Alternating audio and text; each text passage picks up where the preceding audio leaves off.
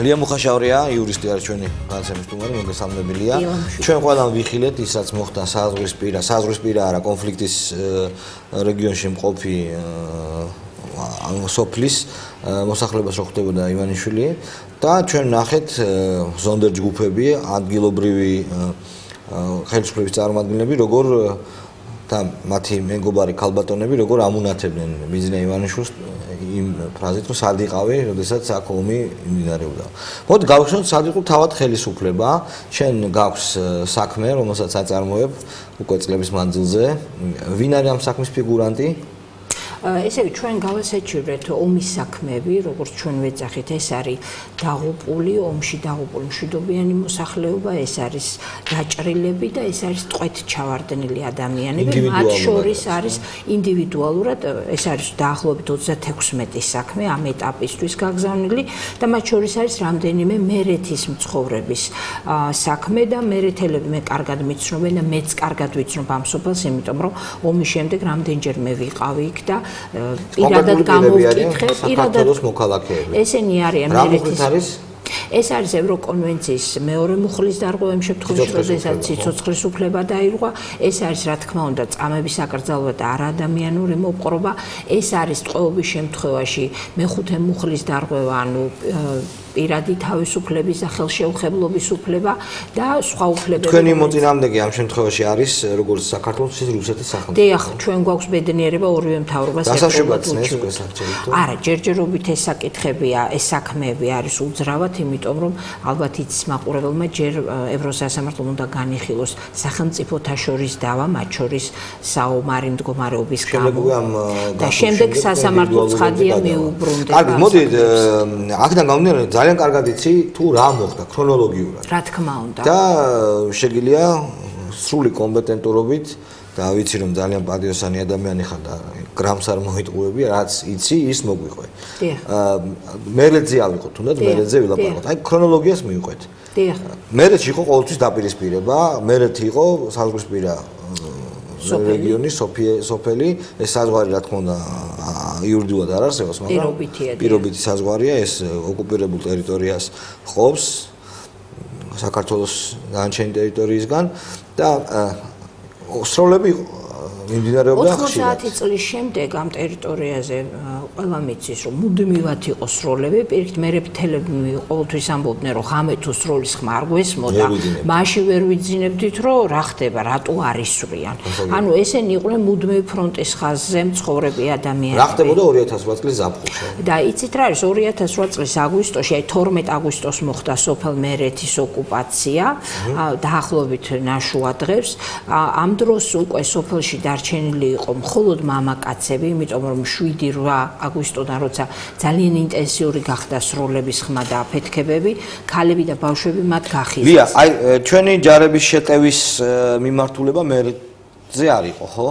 არა, მერეთზე არ იყო და თანაც ამ დროს ალბათ იცის ასევე მაყურებელმა რომ პირდაპირ ეთერში საზოგადოება უყურებდა სააკაშვილის გამოსვლებს, რომელიც სწორედ ამ დღეებში აცხადებდა რომ ცხინვალს აკონტროლებს ჩვენი სამხედრო ძალა და სოფლები ავიღეთ და ჯავის მიმართულებით მივდივართ.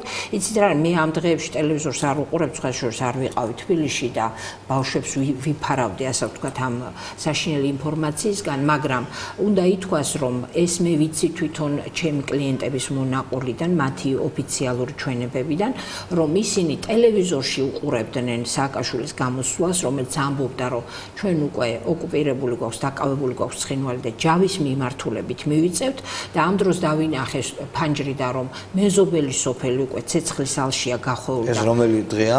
ეს არის 12 აგვისტო.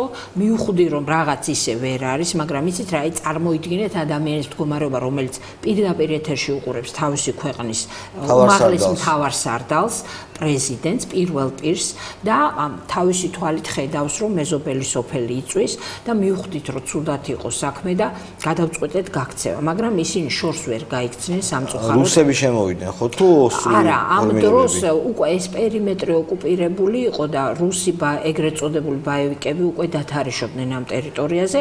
სოფლის ბოლოს უკვე ძალიან ბევრი აღმოჩნდა ტყვეობა მრეწველობაში, სხვა შორის აჩერებდნენ მანქანებს, ქალებს უშვებდნენ, ძარცვავდნენ, მამაკაცებს იტოვებდნენ, განსაკუთრებით ახალგაზრდა ასაკის მამაკაცებს და მერე ეს მამაკაცები წაასხეს მათ ცხინვალში, აი ცნობილ შინაგან საქმეთა სამინისტროს მერეთის მკვიდრებიც, ხო? მერეთის მკვიდრებიც მათ შორის იყვნენ. ანუ მერეთის მკვიდრებს გაუჩნდათ განცდა, როდესაც ისინი უყურებდნენ მთავარსარდალს, რომ მათ საფრთხე არ ემუქრებათ, რომ იქ არ მიმდინარეობს ბრძოლები და სინამდვილეში აღმოჩნდა, რომ სწორედაც რომ მიმდინარეობს, სწორედაც რომ ოკუპირებულია ის ტერიტორია. უფრო მეტიც იცით რა არის, ამ ტერიტორიაზე სოფლის მოსახლეობამ ყოველთვის იცოდა, რომ სოფლის საკრებულოში გამგებელი, უბნის რწმუნებული და სხვა სამხედრო პირები უფრო მეტად იყვნენ და ადგილზე მოქმედებდნენ, ვიდრე ჩვეულებრივ სოფლად ხდება ხოლმე. რა თქმა უნდა, იმიტომ რომ კონფლიქტის ყოველთვის იცოდნენ მათგან ამბები და ანუ ყოველდღიური ურთიერთობა ჰქონდათ. არავის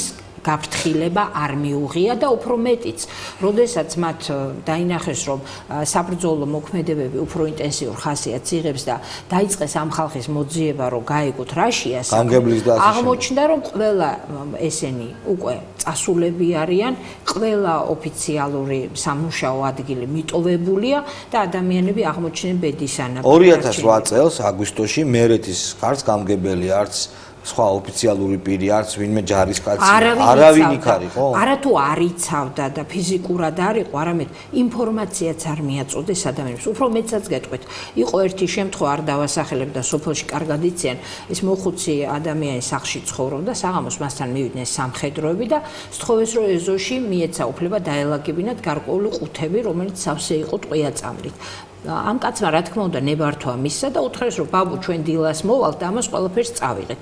დილას აღმოჩნდა, რომ მოვიდნენ რუსები და ოსები და წარმოიდგინეთ ამ ადამიანის მდგომარეობა, როდესაც მის სახლში აღმოაჩინეს არსენალი. ის იყო სრულიად განწირული და საბედნიეროდ ამ მოხუც ადამიანს აღმოაჩნდა გამჭრიახობა და სიბრძნე, 20 ლიტრიანი არყით შეეგება რუსებს, გაუმასპინძლდა და მხოლოდ ამან იხსნა ის აშკარა დახვრეტისაგან. რა თქმა უნდა, იმიტომ რომ იფიქრებდნენ, რომ სწორედ ის არის ერთ-ერთი სამხედრო პირი თუ არა სასაწყობო მეურნეობა ქონდა იქ სამხედრო. უფრო მეტიც, სოფელ მერეთის მცხოვრებთა ბაღებში და ნაკვეთებში, რომელიც სოფლისგან მოცილებით არის, ჩვენმა თავდაცვის უწყებამ დატოვა რამდენიმე 1000-ზე მეტი სამხედრო მანქანა.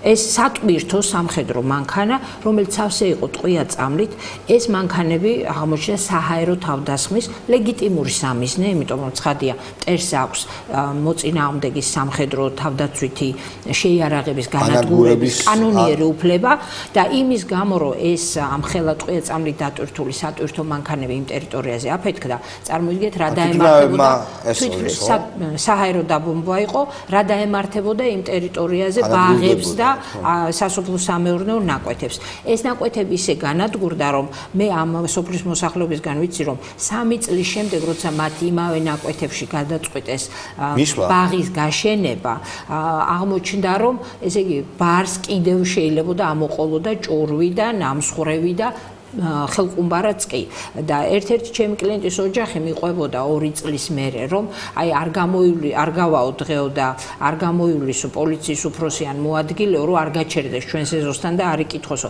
კიდე რამე ხომ არ გიპოვიათო, იმიტომ რომ სწორედ მათ ნაკვეთში მოხდა ეს აფეთქება და ეს ადამიანები დაბრუნდნენ ოკუპაციის შემდეგ. ეს აღმოჩნდა დღეს არის სრულიად ოკუპირებული ტერიტორიის სასაზღვრო სოფელი. ანუ აქეთ უკვე მათი ნაკვეთების ნაწილი არის ოკუპირებულ ტერიტორიაზე. ადამიანები ვერ სარგებლობენ საკუთარ. საზღვარი პირობითია თუ აკონტროლებენ პერიოდს? საზღვარი არ არსებობს, ხათა შორის. როგორ უნდა გავიგოთ, რომ აი იქით უკვე საზღვარი? ეს არის მხოლოდ ფოლკლორის და ზეპირსიტყვერების დონეზე არ დაიჯერებთ. ესე იგი, მოსახლეობა გაფრთხილებულია, რომ აი ვიღაცის ნაკვეთის ბოლოს გადის საზღვარი. და იქ არ არის არანაირი სადემარკაციო ხაზი, არანაირი შემზღუდავი ხობე, არანაირი ნიშანი. საქონელი გადავიდეს და მოსარეკად რო წავიდეს დაიჭირო. ეს არის სწორედ ის შემთხვევები, როდესაც ადამიანები აღმოჩნდებიან ხოლმე ტყვეობაში, იმიტომ რომ ახლა ყველამ კარგად იცის სოფელში საქონელს რა ფასი აქვს და რამდენად საქონელს არ არის საზღვარი. ძროხა დაადებს თავს გადავა იქეთ და პატრონი იძულებული არის გადაყვეს, ხო, ბუნებრივია. ამიტომ ეს ტერიტორიები არის აბსოლუტურად დაუცველი, არანაირი შემაკავებელი ზღუდე ჯებირი არ არსებობს, უფრო მეტიც თვითონ სოფელი მერეთ და ეს ტერიტორია არის ზეგანზე და გარშემო გარშემო ეს მიწები შემორტყმული არის გორაკებით და მთებით. აი მთებს და სიმაღლებს სრულად აკონტროლებენ და ოკუპირებული აქვთ ოსებს დღეს და მათ აქვთ სრული შესაძლებლობა რომ არა ამ ხალხის აი წარმოუდგენელი გმირობა სრულიად თავისუფლად შეუძლენ სათითაოდ ყოველი ადამიანის ამოხოცვა. იქ სოფლებში ხანდახან ღამღამობით შუქს ვერ ანთებენ, იმიტომ რომ ეშინიათ. რომ არ გახდნენ სნაიპერის სამიზნე. ანუ ეს არის წარმოუდგენელი საფრთხის პირობებში ადამიანთა ყოფა და ასეთ ვითარებაში იქ როცა ჩადის რაიონიდან უამრავი ადამიანი მხოლოდ იმიტომ რომ დახვდა ეს ალასანიას და ივანიშვილს და ასე ვთქვათ გააკეთოს განცხადება პოლიტიკური ხასიათის მაშინ როცა ამ ადამიანებს არ აქვთ წამალი, არ ყავთ ექიმი, აქვთ უკიდურესი გაჭირვება, ზამთარში არ აქვთ შეშა, იმიტომ რომ ტყეში ვერ მიდიან, შეშას ვეღარ ჭრიან. ტყე ოკუპირებულ ტერიტორიაზეა, არ აქვთ დახმარება. ეს არის ძალიან მძიმე პირობები და ასეთ ხალხს უნდა ძალიან დიდი ყურადღება, ძალიან დიდი თანადგომა. აი იქ შეხლა შემოხლა რომ მოხდა. პოსტი ხომ არის რაღაც სამართალდამცავი. პოსტი არის გაცილებით შორს, ესე იგი ვიდრე თქვენ შეხვალთ სოფელში, დაახლოებით 3-4 კილომეტრის დაცილებით არის პოსტი, რომელიც არის გზაზე. და თქვენ ამ გზას გაივლით, თუ გაქვთ ნებართვა ან თუ წინასწარ შეატყობინებთ და შემდეგ იწყება ეს სოფლები, სადაც არავით არის სამხედრო. ანუ ჩვენი ჯარისკაცი არ დგას იქ, ხო? იქ არანაირი ჯარისკაცი არ დგას, იმიტომ რომ ჯარისკაცი რო დადგეს, იმას უეჭველად გამოთოფავს სნაიპერი. ეს არის უადვილესი, იმიტომ რომ სიმაღლეებზე არიან ოსები და ისინი აკონტროლებენ სრულად ამ ტერიტორიას. და ესე იგი გამოდის რომ მიატოვა ეს ხალხი არის მიტოვებული და მე მართლა მიკვირს რა აკავებს დღეს ოსებს რომ გააგრძელონ ოკუპაცია. იყო შემთხვევები შარშანწინ, როდესაც ისინი ღამე შემოვიდნენ მალულად სოფლის ტერიტორიაზე, ორღობეში დააკავეს ადამიანები, აწამეს, გადაასხეს ნავთი, უპირებდნენ დაწვას და შემდეგ გადაიფიქრეს. ანუ ადამიანებს ყოველდღიურად აქვთ ასეთი საფრთხეები და ისინი ნამდვილად გმირობის ფასად აგრძელებენ საკუთარ და ამ დროს ჩვენ ხედავთ თუ როგორ აყალმაყალს ტეხენ ვიღაცები. უფრო მეტიც იქ არის ოჯახი, მე ვიცნობ ამ ოჯახს, რომლის სახლი აღმოჩნდა ოკუპირებულ ტერიტორიაზე, სოფლის ტერიტორიაზე და ის დღეს იძულებულია სკოლის შენობაში იცხოვროს, მაგრამ იქაურობას არ ტოვებს. ხო, ნუ გასაგებია. და სხვათაშორის ჩვენი მთავრობა მას არ აძლევს დევნილი სტატუსს. რატომ? არ ვიცი, იმიტომ რომ ეს ადამიანი ნამდვილად არის დევნილი საკუთარი სახლიდან, საკუთარ სახლში ვერ შედის, იმიტომ რომ ის არის ოკუპირებულ ტერიტორიაზე. კონკრეტულად ვის ქონდა ვალდებულება, რომ აი ომის დროს ეს ხალხი გაეფრთხილებინა, რომ წამოდით, ნუ ცხადი არა რუს და ოს, ეს იყო პირდაპირი მოვალეობა საქართველოს მთავრობის და ადგილობრივი ხელისუფლების გამოეცხადებინათ განგაში, მიეწოდებინათ ზუსტი ინფორმაცია. თუ ეს ხალხი დარჩებოდა, ეს უკვე მათი პრობლემა იქნებოდა, ხო? თუ იტყოდნენ, რომ იძულებითი ევაკუაცია. ევაკუაცია ნიშნავს ყველას გაყვანას, მათ შორის იმ შემთხვევაში, როცა თანახმა არ არის ადამიანი. ტრანსპორტის უზრუნველყოფას ავადმყოფებისათვის, მოხუცებისათვის, მათთვის, ვისაც გადაადგილება არ შეუძლია. ეს არის სახელმწიფოს პირდაპირი მოვალეობა და ეს არის ანუ როდესაც მტერი მოდის და შენ იცი რომ რა თქმა უნდა მტერი შემოდის როცა ცნობილია რომ ამისთვის ყავს ჩვენს სახელმწიფოს დაზვერვა, თავდაცვა და სხვა სამხედრო უწყებები, რომელსაც ჩვენ ვინახავთ, რომელსაც ჩვენ ხელფასს და ანაზღაურებას უხდით, რომ მათ გააფრთხილონ მშვიდობიანი მოსახლეობა შესაძლო საფრთხის და განსაკუთრებით და იქნება ეს საბაბი მოიგონონ, რომ აი ისე უეცრად შემოვიდა რუსიო, რომ ჩვენ ვერ მოვასწარეთ რა ვქნა. უკაცრავად ჩვენ ვსაუბრობთ 12 აგვისტოზე, როდესაც ომი უკვე რამდენიმე დღეა მიმდინარეობს და სამხედრო ვალდებულია გაითვალისწინოს რა ტემპით, რა სიჩქარით, როგორ მოძრაობს, ან მოწინააღმდეგე, ან თვითონ და მიიღოს ყველა ზომა, რომ ფრონტის ხაზზე და საომარი ოპერაციების ადგილზე რატო არ გამოიყვანეს ხალხი? არ ამგონია რომ ესეთი სისხლისმცემელები იყვნენ ჩვენი ხელისუფლების წევრები, რომ აი დე ჩაიხოცონო, ანუ ხო გესმის არა, მე არ ამგონია. იცით რა არის რამდენიმე ვერსია, მე ახლა ვერ დავდებ თავს და ვერ ვიტყვი რომ რომელია ამათ შორის ნამდვილი, მაგრამ მე ვფიქრობ რომ ეს იყო სრულიად არაპროფესიული, დაუგეგმავი ოპერაცია, როდესაც ოპერაცია და მიზანი იყო, ასე ვთქვათ, სამხრეთ ოსეთის ტერიტორიის დაკავება და არამც არ იყო ნაფიქრი და დაგეგმილი უკან დახევა, რუსთან შეტაკება და ჩვენი ტერიტორიების დატოვება. და როცა ასეთი რამ არ არის დაგეგმილი, ცხადია არც მოსახლეობის ევაკუაცია, არც მოსახლეობის გაფრთხილება არავის აზრად არ ხონდა. და როცა ვითარება შეიცვალა ოპერატიულად უკვე ვეღარ მოისაზრეს, ხო? არა, სამწუხაროდ გაირკვა, რომ სამხედროები უფრო მეტ პანიკაში იყვნენ, ვიდრე მშვიდობიანი მოსახლეობა, იმიტომ რომ ეს ადამიანები 2000 წელია ფრონტის ხაზზე ცხოვრობენ და მათთვის ეს არ არის უჩვეულო გარემო, ამიტომ ისინი უფრო მობილიზებულები და უფრო ადეკვატურები აღმოჩნდნენ სიტუაციისა, ვიდრე სამხედროები. პირიქით, მე მახსოვს, რომ აი თამარაში ის მოსახლეობა მიყვება რომ როცა დავინახეთ რომ დაჭრილები მოყავდათ, მხოლოდ მერეღა მივხვდით რომ რაღაცა ცუდი ხდებოდა, თორე არანაირი ოფიციალური ინფორმაცია, ნიშანიც კი იმისა, რომ აქ შეიძლება შემოვიდეს მტერი არ იყო. ანუ არც უფიქრია საქართველოს ხელისუფლების წევრებს თავარსარგლობას რომ ეს ხალხი გაეფრთხილებინა. ამოუვარდა საერთოდ თავიდან? და ამაშია მთელი უბედურება, რომ ომი, სამხედრო მოქმედება უცილობლად გულისხმობს მშვიდობიანი მოსახლეობის დაცვას. არათუ გაფრთხილებას, არამედ დაცვას. და ეს ადამიანები მიატოვეს იქ ბედისანაბარა და იცით რა არის, ეხლა ნებისმიერი ჩვენც ძალიან გვიჭირდა თავიდან მუშაობა ამ ადამიანებთან, იმიტომ რომ ამ ადამიანებმა გადაიტანეს საშინელი საფრთხე. ბოლო 20 წლის მანძილზე აგვისტოს ომი მათთვის არის მოუშუშებელი იარა. ისინი ხედავენ რომ ბედისანაბარად არიან მიტოვებული დღესაც და ასეთ ადამიანებთან ძალიან რთულია ურთიერთობა. ჩვენ გვესმის ეს და ჩვენ ვითვალისწინებთ და როდესაც იქ ვიღაცები ცდილობენ საკუთარი პოლიტიკური ამბიციები, გინდათ ხელისუფლებიდან, გინდათ ოპოზიციური პოლიტიკური წრეებიდან იქ განაცხადონ, ეს ძალიან რთული არის და იქნება. მაგრამ ყველაზე აღმაშფოთებელი ჩვენთვის ახლა თბილისიდან და ჩემთვის, როგორც უფლებადამცველისთვის არის ის, რომ მერეთი, რომელიც მიტოვებულია და ამ ხალხის პატრონი არავინ არ არის, ხდება ასეთი დიდი თავშეყრის ადგილი იმის გამო, რომ ორმა პოლიტიკურმა ლიდერმა, ოპოზიციონერმა მოისურვა იქ ამომრჩეველთან შეხვედრა. რა თქმა უნდა, მოსახლეობა იქნებოდა უკიდურესად გაღიზიანებული. მიუხედავად იმისა, რა ითქვა იქ.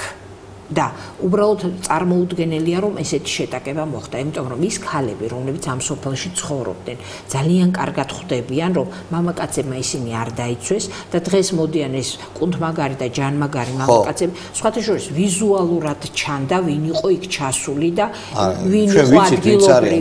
იმიტომ რომ იქ მოსახლეობა მართლაც შიმშილობს დღეს ეს მათ ფიზიკურად ეტყობათ. ეს არის ძალიან შეჭირვებული, მაგრამ ძალიან ღირსეული მოსახლეობა, რომელიც არ კადრულობს თავისი გაჭირვების შესახებ ხმის ამოღებასაც კი. და აქ ჩადიან მოკრივეები. ჩადიან აი ესეთი კარგად ჩასუქებული, კარგად ნაკვები, ჯანმაგარი და ნავარჯიშები ადამიანები და უპირისპირდებიან მათ.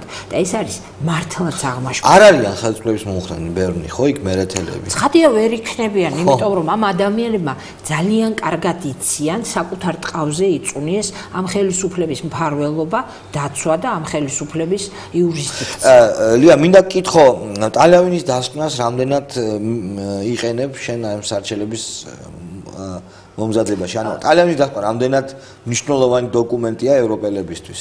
ტალიანის დასკვნა არის უაღრესად მნიშვნელოვანი, იმის გამო რომ თავად ტალიანის კომისია შეიქმნა ევროპის საპარლამენტო ასამბლეის გადაწყვეტილებით და ეს იყო ისტორიაში პირველი მსგავსი ტიპის კომისია და სწორედ ევროპის საპარლამენტო ასამბლეამ მას შემდეგ რაც მოისმინა ამ ანგარიშის და დასკვნის შესახებ თავისი რეზოლუციით დაავალა ჰააგის ტრიბუნალს გამოიძიოს ფაქტები აი ამ დასკვნის მიხედვით, იმიტომ რომ ეს ანგარიში წარმოადგენს მხოლოდ ფაქტების ჩამონათვალს და მას არ აქვს არც პოლიტიკური სამართლებრივი შეფასება, ხოლო სამართლებრივი შეფასება შეუძლია მხოლოდ საგამოძიებო. ტალიანის დასკვნაში რა წერია ომის იმ მონაკვეთზე, რომელსაც შენ იკვლევ და იქ არის ადეკვატურად აღწერილი ეს ფაქტები და იქ არის ჩამოთვლილი ეს ფაქტები სრულიად სამართლიანად, მიუკერძოებლად და ობიექტურად. არანაირი შეფასებები გაკეთებული არ არის. არა, მე გულისხმობ რომ იქ არის ნახსენები რომ საქართველოს მთავრობამ არ გააფრთხილა ეს წერია პირდაპირ, ხო? ეს ყველაფერი იქ იკითხება, იმიტომ რომ ცხადია რომ მოსახლეობა უკანასკნელ მომენტში გაიქცა და ვერ მოასწრო თავის შეფარება და იმ ტერიტორიის დატოვება და აღმოჩნდა ტყვეობაში. შესაბამისად, საქართველოს ხელისუფლებას თუ აქვს ტალიანის კომისია აღიარებული და აქვს თუ არა? ცხადია უნდა აღიაროს, იმიტომ რომ ეს არის ევროპის საბჭოს ოფიციალური დოკუმენტით შექმნილი. ტალიანის კომისია არ არის მაინდა-მაინც ხელსაყრელი ჩვენი ხელისუფლების ხელისუფლებისთვის. იცით რა არის, ვისთვის რა არის ხელსაყრელი, ჩვენ არ უნდა გვაინტერესებს და არა, პოლიტიკური განცხადებები ჩვენ ვიცით, აი მაგალითად არის თუ არა პოლიტიკური განცხადებები იმის თაობაზე, მოგისმენია თუ არა, იმის თაობაზე, რასაც შენ იკვლევ და რისთვისაც იბრძვი. ანუ აქვთ ახსნა ოფიციალურად თუ რატო არ გავაფრთხილებთო? არანაირად. ამაზე არავინ არ ლაპარაკობს ხელისუფლების მხრიდან, იმიტომ რომ მაშინვე ცხადი ხდება, რომ პასუხი არ აქვთ და პასუხი არ შეიძლება ხო გესმის არა? როცა ლაპარაკობენ იმაზე, რომ აი რუსეთუმეები ხართ თქვენ და თქვენ ჩვენი ხალხი დაუშვათ იძახით რომ რუსეთმა დაიწყო და საქართველოს დაიწყო ეს ომი და ამიტომ თქვენ არ უნდა მოხვიდეთ ხალხი გაღიზიანებული შეხვდებათ. თავად თვითონ ბაქრადეს რომელსაც თქვა რომ ესმის იმ ხალხის ვინც ესე შეხვდა. თვითონ თუ აქვს პასუხი შეკითხვაზე რომ რატომ არ გააფრთხილა მან როგორც სახელმწიფომ და კონსტიტუციით თანამდებობის მეორე პირია, მეორე არის რანგით მისი თანამდებობა იგი აგებს პასუხს ამაზე, რა თქმა უნდა. ხო, რატომ არ გააფრთხილა სახელმწიფომ ეს ხალხი? ამაზე პასუხი მე მგონი არა აქვს. იცით რა არის? აი, ადამიანებს ეხლა ალბათ უპრიანი ამაზე ვთქვათ, ადამიანებს ძალიან დიდი мотиваცია აქვთ ხოლმე პოლიტიკაში მოსვლის და მაღალი პოლიტიკური თანამდებობების დაკავების, ისე რომ ელემენტარული პასუხისმგებლობის აღება არ უნდათ. აი ეს არის აი სრულიად წარმოუდგენელი რამ და ხშირად მაფიქრებინებს რომ ჩვენ სწორედ ბანანის რესპუბლიკა ვართ, როდესაც ვაძლევთ უფლებას ასეთ უპასუხისმგებლო პოლიტიკოსებს ეკავთ ისეთი თანამდებობა, როგორც არის უმაღლესი მთავარსარდალი, პარლამენტის თავმჯდომარე და არ იცოდნენ იმის შესახებ, რომ მათი პირდაპირ და უშუალო მოვალეობა იზრუნონ და დაიფარონ საკუთარი. დიდი მადლობა ლია მუხაშავრია იყო ჩვენ გაცემს